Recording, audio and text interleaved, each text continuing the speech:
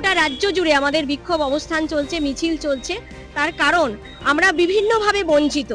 এখনো আমাদের অনারিয়াম সীমিত। মা শিশুদের যে আমরা খাবার দিই, সেই খাবারের অর্থ যে বরাদ্দ খুবই কম। জ্বালানির বিল 20 বৎসর বাড়েনি, সেই জ্বালানি দিয়ে আর রান্না করা যাচ্ছে না।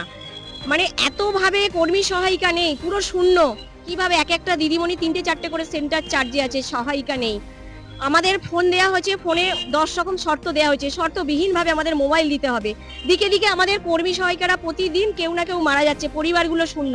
আমাদের দাবি, কর্মরত অবস্থায় মারা গেলে আমাদের পরিবারকে 5 লক্ষ টাকা পরিবারের একজনকে কাজ দিতে হবে।